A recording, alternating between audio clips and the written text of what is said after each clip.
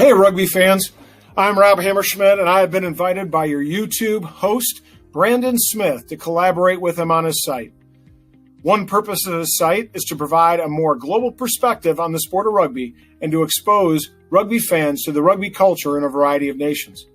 I'm an American rugby fan, coach, father, and old boy. So Brandon has asked me to provide my perspective on rugby in the States. There are two very interesting elements resonating in American rugby culture at this moment: the rugby weekend and Major League Rugby.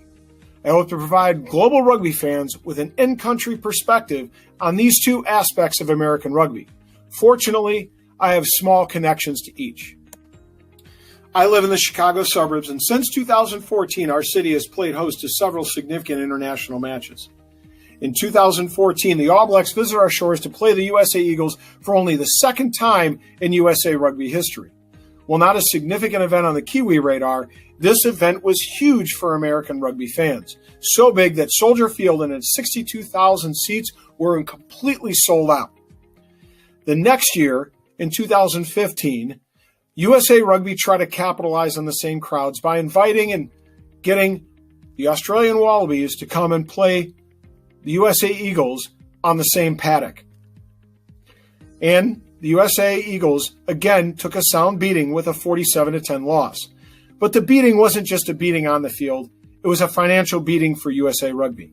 While 23,000 fans by USA standards was the second most in our history, it was a complete financial disappointment by USA Rugby standards, and they suffered significant financial losses as an institution. However, just 1 year later, in 2016, USA Rugby in Chicago struck gold when the All Blacks played Ireland in what has become now known as a historic match. We know the outcome. The All Blacks, looking to establish a record 19 consecutive wins, were thwarted by a highly motivated Ireland team. I was at the match, and the match was completely electric. The fans in Chicago were about 60% Irish and rooting them on to stop the All Blacks from setting the record. And even though I was supporting the All Blacks, this match was fabulous to be at. And quite frankly, I believe that a lot of the rugby playing world has really seen Chicago as being put on the map insofar as the history goes. On November 3rd, in just over a week, Chicago once again is set to host international rugby. Chicago and Soldier Field will play host to 3 international matches on our shores in just one day. So I'm going to the game. I've got a younger son, I've got an older son, and both of them are going to the match. We're excited. And the benefit is we only play one admission price. So the first match will feature at noon kickoff.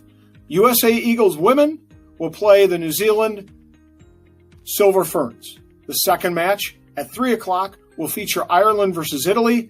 And finally, at 6 o'clock, the USA Eagles men's team will play the New Zealand Maoris. While it will not be a sellout, I would venture to guess that we will sell somewhere between 30,000 and 40,000 tickets. This wouldn't be too bad from a financial end for USA Rugby, although I think we're going to cut it pretty close to actually the break-even point.